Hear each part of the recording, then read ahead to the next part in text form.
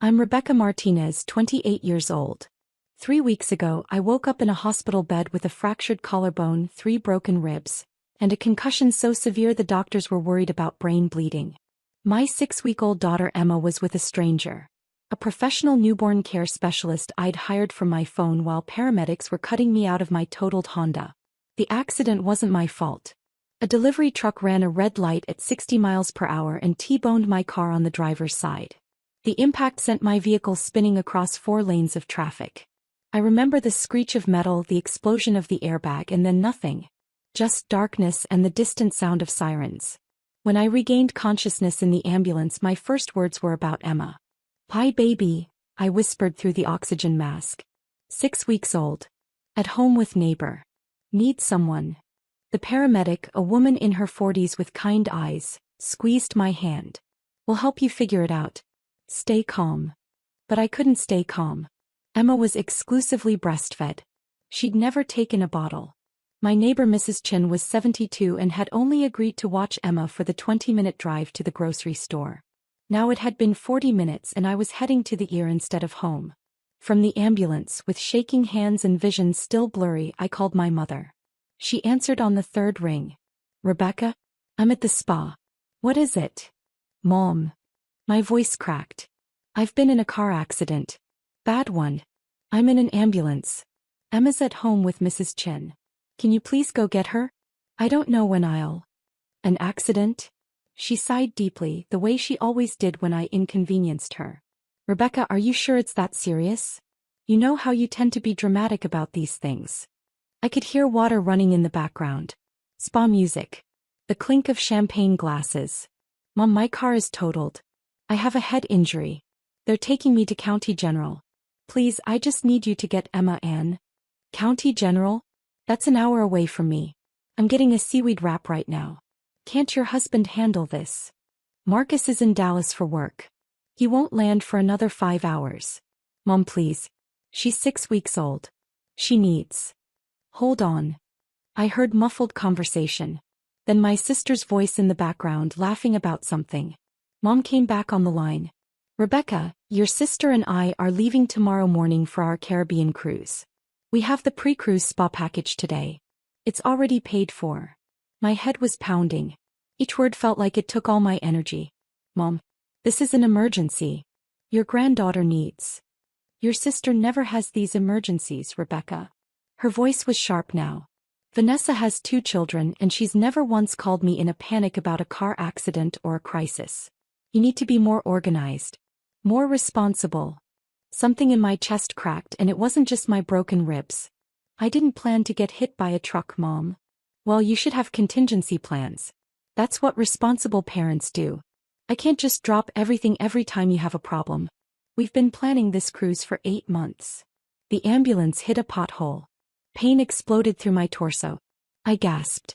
"Are you even listening to me?" Mom continued. "This is exactly why I worry about you. Always so chaotic. Always needing to be rescued. I raised you to be independent, but you're still calling mommy every time something goes wrong." The paramedic was watching me, concern clear on her face. She could hear every word through the phone's speaker. "I'm not asking you to cancel your cruise," I said, forcing the words out. "Just to watch Emma for a few hours until I can arrange something else. Please. I'm getting on a ship tomorrow, Rebecca. I need to pack. I need to prepare. Your father and I deserve this vacation. We've worked hard our entire lives. We're not going to let your poor planning ruin our trip." "My poor planning?" My voice broke. "Mom, I was hit by a truck. And I'm sure you're fine. You're talking, aren't you? You're always so dramatic about medical things. Remember when you thought you had appendicitis and it was just gas? Or when you were convinced you had pneumonia and it was a cold?" I closed my eyes. The memory of those times stung differently now. She'd been dismissive then too. Annoyed that I'd bothered her. "This is different. They all were different according to you. Look, I have to go. My wrap is getting cold. Call one of your friends. Or hire a babysitter. You make good money, don't you?" Problem solved. The line went dead. I stared at my cracked phone screen, my mother's contact photo smiling back at me. It was from last Christmas. She was holding Emma, her first grandchild, looking proud for the camera. I'd thought things would be different once Emma was born. that maybe becoming a grandmother would soften her. I was wrong. The paramedic touched my arm gently. Do you have someone else you can call? I scrolled through my contacts with trembling fingers. My best friend Alicia was in Seattle for a conference. Marcus's parents were in Arizona. My neighbor Mrs. Chen couldn't handle a newborn for more than an hour. Then I found it. A business card I'd saved in my phone 6 months ago when I was pregnant and researching childcare options. Elite Newborn Care, 24/7 Emergency Services. With the paramedics' help, I called them. A calm voice answered immediately. Elite Newborn Care, this is Monica. I need help.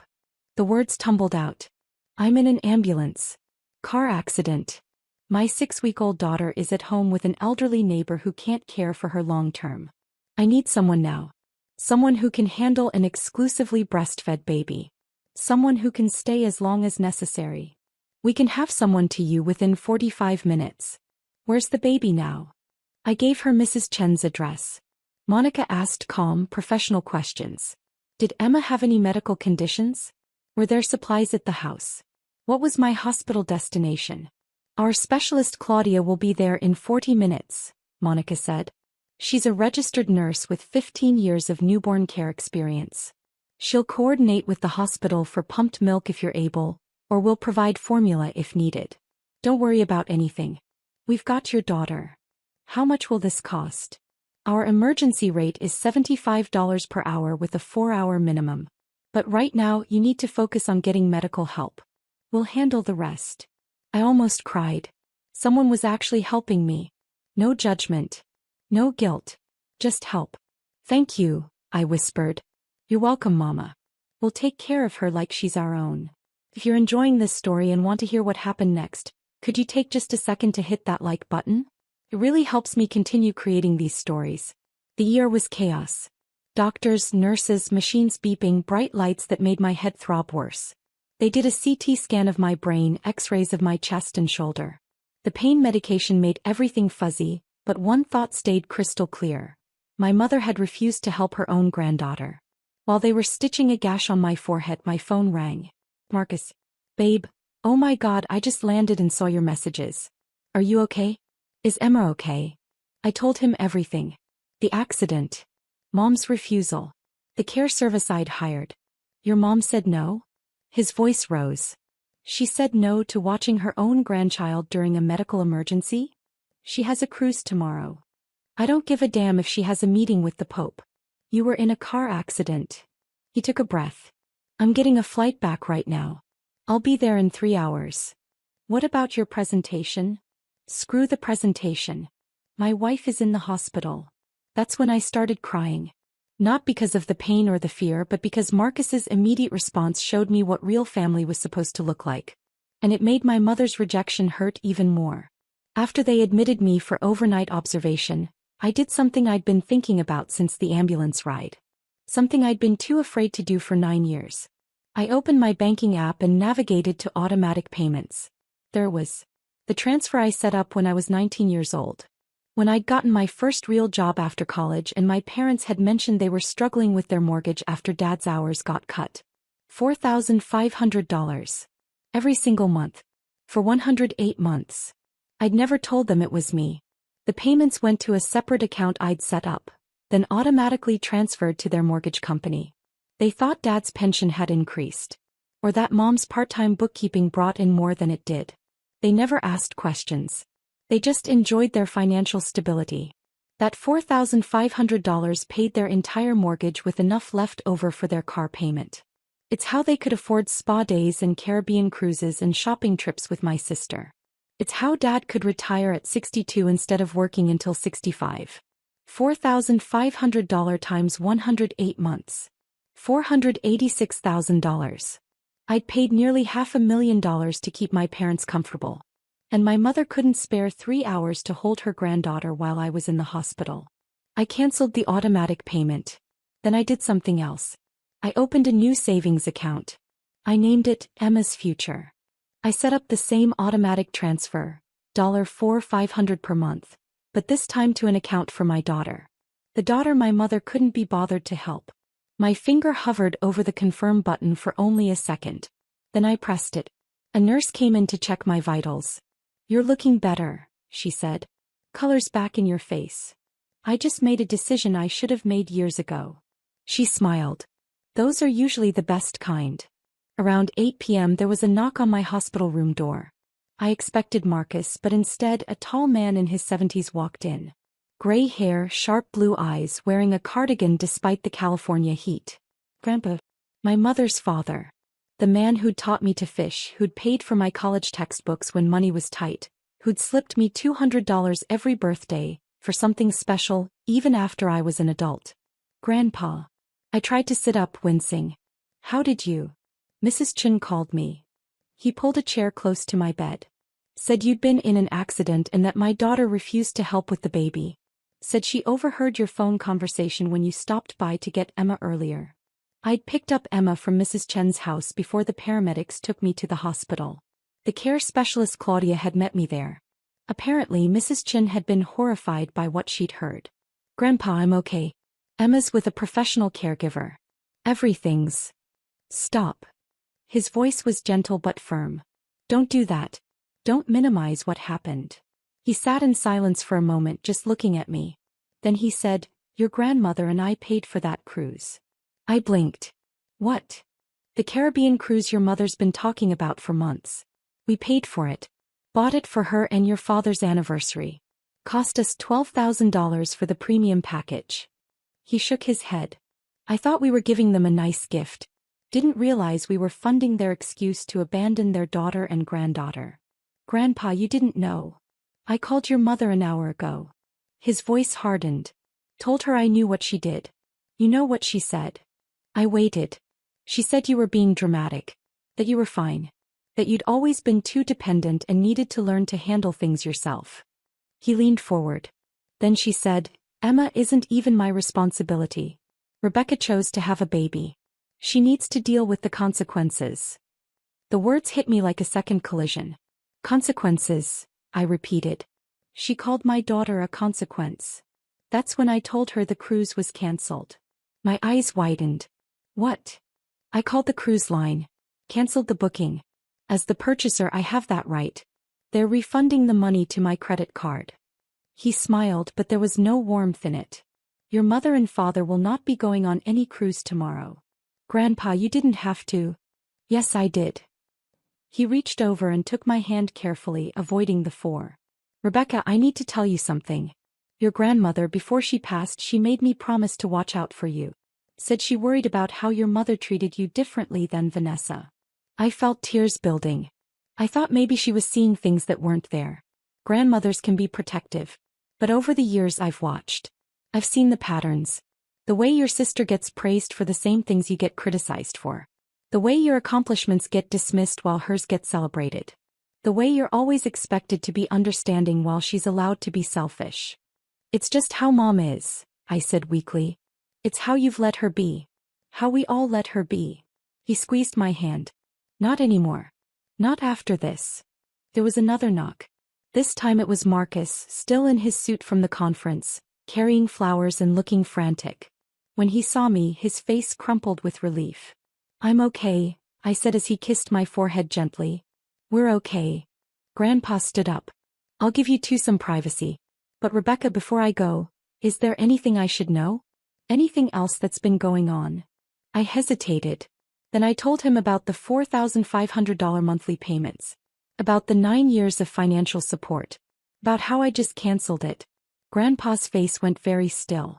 "You've been paying their mortgage? And car payment?" "I set it up when I was 19. They never knew it was me. $4,500 a month for 9 years. He did the math quickly. That's nearly $500,000. $486,000, I confirmed. Marcus was staring at me. "You never told me." "I didn't tell anyone. They needed help and I could provide it, so I did." Grandpa was quiet for a long moment. Then he said, "Did they ever thank you? Ever acknowledge the help?" "They didn't know it was me. But they knew their financial situation improved dramatically. They knew they suddenly had extra money every month. Did they ever question it? Ever wonder? Ever think maybe they should be more careful with money that appeared out of nowhere?" I'd never thought about it that way. They just spent it, I said slowly. On cruises and shopping and spa days and helping Vanessa with her down payment and, I stopped. They helped Vanessa buy her house with my money. And when you were in a car accident with a 6-week-old baby, your mother couldn't spare 3 hours. Grandpa's voice was ice. She took your money for 9 years and couldn't give you 3 hours. He pulled out his phone. I'm making a call. You rest. He walked into the hallway but I could hear his voice through the door. Patricia, it's Dad. No, I'm not discussing the cruise again. I'm calling about something else. Something I just learned. Pause. Did you know Rebecca has been paying your mortgage for 9 years? Silence. Then Grandpa's voice again, harder. $4,500 a month, Patricia. $486,000 total. Your daughter, the one you called dramatic today, the one you refused to help, has been keeping you financially afloat since she was 19 years old. Another pause. She canceled the payments this afternoon. From her hospital bed. After you abandoned her and your granddaughter. I could hear my mother's voice now, shrill even through the phone. Grandpa let her talk for a moment. Then he said the words that changed everything. You have 24 hours to make this right, Patricia. 24 hours to apologize to your daughter, to meet your granddaughter properly, to show even a fraction of the gratitude and love she deserves. If you don't, I'm changing my will. Everything I plan to leave you, the house in Pasadena, the stocks, the savings bonds, all of it, goes to Rebecca and Emma instead. More shouting from the phone. I'm not bluffing. I already called Gerald Hoffman, my attorney. He's drafting the changes tomorrow morning. You think I'm going to leave my estate to someone who treats their own daughter like garbage? Who calls their granddaughter a consequence? His voice dropped. Your mother would be ashamed of you. I know I am. He hung up. Marcus and I sat in stunned silence. Grandpa walked back in looking 10 years older but somehow more determined. That woman is my daughter and I love her. But love doesn't mean accepting unacceptable behavior. Your grandmother taught me that. Grandpa, your will, you don't have to. It's already done in my mind. Whether she apologizes or not, you're getting the majority. But I'm giving her 24 hours because your grandmother would want me to give her daughter a chance to do the right thing. He kissed my forehead. Get some rest. I'm going to go meet my great-granddaughter. Marcus, text me the address of that care service. After he left, Marcus climbed carefully into the hospital bed next to me, holding me like I was made of glass. $500,000, he whispered. Babe, we could have paid off our house. I know. We could have started Emma's college fund years ago. I know. Why didn't you tell me? I was quiet for a long time. Because then I'd have to admit what I already knew. That I was paying for love that should have been free. That I was buying my parents' approval. That no matter how much money I gave them, it would never be enough to make them treat me the way they treat Vanessa. He held me tighter. I'm sorry, he said. For what? For not seeing it sooner. For not protecting you from them. You did protect me. You flew home from Dallas in the middle of your biggest presentation of the year. That's just basic human decency, Beck. That's the bare minimum. Exactly, I said. And my mother couldn't even manage that. My phone started ringing around 10 p.m. I declined the call. She called again. Declined. Then texts started coming through. Rebecca, we need to talk about this misunderstanding. Your grandfather is being completely unreasonable. I never said I wouldn't help. You didn't give me a chance to explain. You're tearing this family apart over a simple miscommunication. I blocked the number. Then my sister called. What the hell did you do? Vanessa's voice was sharp. Mom is hysterical. The cruise is cancelled. Grandpa is threatening to cut her out of the will. All because you got in a fender bender and Mom couldn't drop everything immediately. It wasn't a fender bender. I have 3 broken ribs and a fractured collarbone. Well, you're clearly fine enough to cause family drama. Do you know how much Mom was looking forward to this cruise? Do you know how hard she's been working? Working? I almost laughed. Vanessa, I've been paying their mortgage for 9 years. $4,500 every month. That's how Mom can afford not to work. That's how Dad retired early. That's how they helped you with your house down payment. Silence. You're lying. Check with Grandpa. Or better yet, ask Mom. Ask her where she thought that extra $4,500 a month was coming from for the past 9 years. Even if that's true. It is true. It doesn't give you the right to manipulate Grandpa. He's elderly. He's not thinking clearly. He's thinking more clearly than anyone. He sees exactly what Mom is. What you are. What I am. Her voice rose. I'm not the one blackmailing my own mother with Grandpa's inheritance. No, you're just the one who gets everything handed to you while I pay for it. The golden child who can do no wrong while I'm always the problem. I took a breath. I'm done, Vanessa. I'm done funding your lifestyle. I'm done being the family A-team. I'm done accepting scraps of attention while you get celebrated for existing. You're being insane. Mom loves you. Mom tolerates me as long as I'm useful. Today I learned exactly how much my usefulness is worth. 3 hours. She couldn't give me 3 hours for her granddaughter. She had plans. I had a head injury. Vanessa was quiet for a moment. Then, you know what? Fine. Keep Grandpa's money. Keep your victim mentality. But don't expect me to feel sorry for you when you end up alone because you pushed everyone away. She hung up. Marcus had been listening to the whole conversation. You okay? Actually, yeah. And I meant it. For the first time in a long time I feel like I can breathe. The next morning I was discharged with strict instructions to rest for 2 weeks. Marcus brought Emma to the hospital and I held my daughter for the first time since the accident. She was perfect. Healthy. Content. Claudia, the care specialist, had done an amazing job. She kept detailed notes about feeding times, diaper changes, sleep patterns. She'd even pumped and stored the breast milk the hospital had helped me express. You have a beautiful daughter, Claudia said as she gathered her things. And you're a strong mama. Not many women could make the calls you made from an ambulance. I had help. Thank you for being there when my own mother wouldn't. She smiled sadly. Family is who shows up. Remember that. We went home to flowers. Dozens of bouquets from friends, from Marcus's co-workers, from neighbors. Cards wishing me a speedy recovery. Nothing from my parents. Nothing from my sister. But there was something from Grandpa. A large box with a note. For Emma's future. Because she deserves grandparents who choose her first. Love, Grandpa Joe. Inside were savings bonds. $50,000 worth. I cried. The 24-hour deadline passed. No apology came. No phone call. No text. Grandpa's attorney called the next day to confirm the will had been changed. Rebecca Martinez and Emma Martinez were now the primary beneficiaries. My mother would receive $10,000, enough for a nice vacation but not enough to maintain the lifestyle my money funded.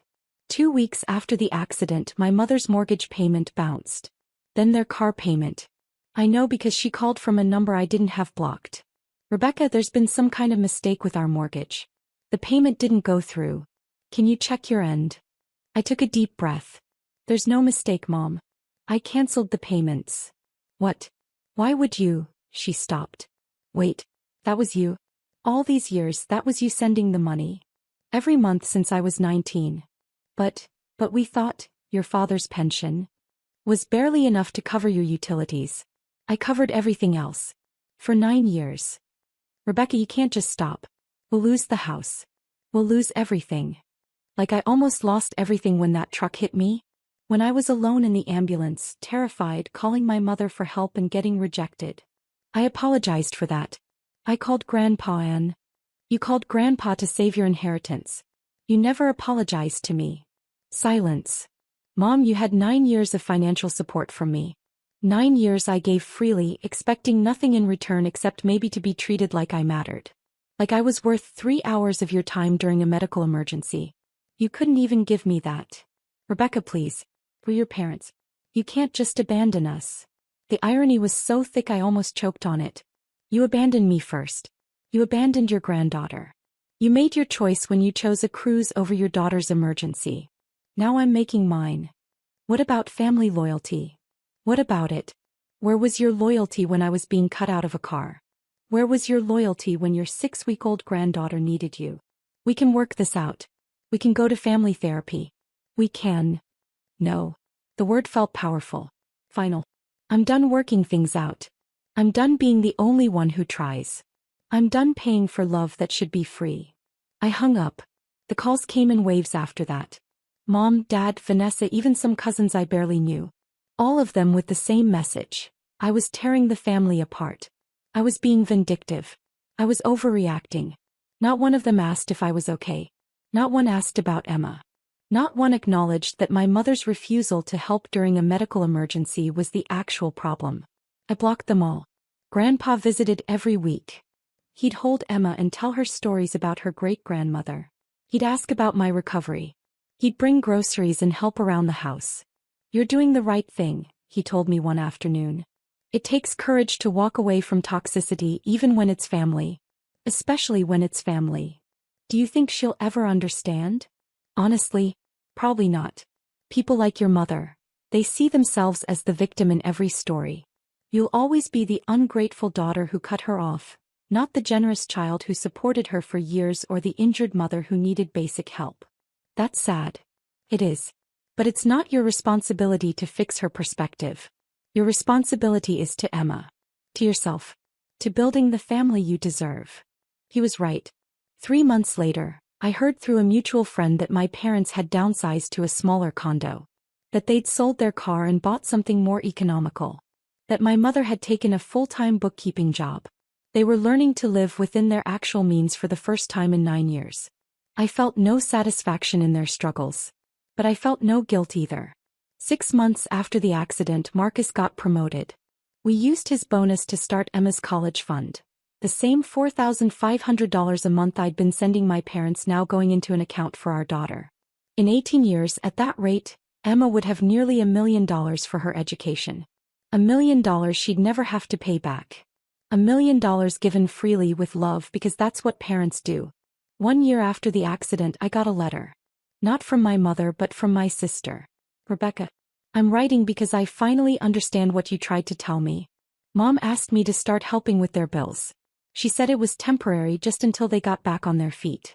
That turned into monthly requests for money. Then weekly. Then almost daily. She's asked me for $47,000 so far this year. I've given her $23,000. My husband is furious. My marriage is struggling. And when I told Mom I couldn't give any more, she called me selfish. I'm grateful. Just like she used to call you. I get it now. You weren't exaggerating. You weren't being dramatic. You were being used, and the moment you couldn't be useful anymore, you were disposable. I'm sorry I didn't believe you. I'm sorry I chose her over you. I understand if you never want to talk to me again. But I wanted you to know, you were right about everything. Your sister Vanessa." I read the letter 3 times. Part of me wanted to feel vindicated. To say, "I told you so." To welcome her into the club of daughters who'd finally seen through our mother's manipulation. But mostly I just felt tired. I wrote back. Not a long letter. Just a short note. "Vanessa, thank you for your honesty. I hope you find the courage to set boundaries like I did. You deserve better than being an ATM. I'm not ready to rebuild a relationship yet. Maybe someday. But I appreciate you acknowledging the truth. Take care of yourself, Rebecca." I didn't hear from her again. And that was okay. Emma is 2 years old now. She's funny and fierce and doesn't know anything about the grandmother who called her a consequence. She knows Grandpa Joe, who visits every Sunday and reads her the same stories he read to me. She knows Marcus's parents, who flew from Arizona to help when she had croup and never once complained. She knows family is the people who show up. Last week, we were at the park when another mother asked if Emma's grandparents ever visit. "Oh yes," I said, watching Emma giggle as Grandpa pushed her on the swing. "Her grandfather comes every week." "What about your parents?" I smiled. "That is my parent. The one who matters." The woman looked confused but didn't press. "Here's what I've learned in the 2 years since that car accident. Some people will only value you for what you provide. The moment you stop providing it, they'll show you exactly who they are. Believe them. Don't waste years trying to earn love that should have been freely given." I think about that $486,000 sometimes. $500,000 I'll never get back. Money that could have changed my life in a dozen different ways. But I also think about what I gained by cutting them off.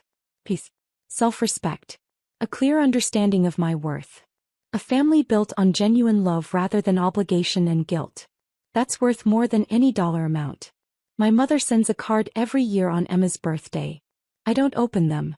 They go straight into a box in the garage. Maybe one day Emma will want to know about that side of her family. Maybe she'll want to read them. But right now she's got everything she needs. Parents who choose her every single day, a great-grandfather who adores her, and a future funded by love instead of guilt. If there's someone out there listening to this who's been the family ATM, who's been paying for love that should be free, who's been diminished and dismissed and told they're dramatic when they express legitimate needs, I want you to know something. You are not obligated to fund your own mistreatment. You are not required to finance people who refuse to show up for you. You are allowed to keep your money, your time, and your energy for people who actually value you. And if walking away means losing people who only loved what you could give them, you weren't losing family. You were losing users. There's a difference. My name is Rebecca Martinez. I'm 30 years old. I'm a mother, a wife, and a granddaughter. I used to be a daughter and a sister too, but I'm learning that DNA doesn't make you family. Loyalty does. Respect does. Showing up does. 2 years ago, my mother refused to watch my newborn during my car accident because she had cruise tickets. Now she works full-time to afford a life she used to take for granted. My grandfather changed his will to protect the granddaughter who needed protecting. Me. I'm thriving. We're thriving. Because sometimes the best revenge isn't revenge at all. It's building a beautiful life with people who actually deserve to be in it. If you found strength in this story, drop a comment below and let me know where you're listening from. And if you've set similar boundaries with toxic family members, you're not alone. We're all out here building better families one choice at a time.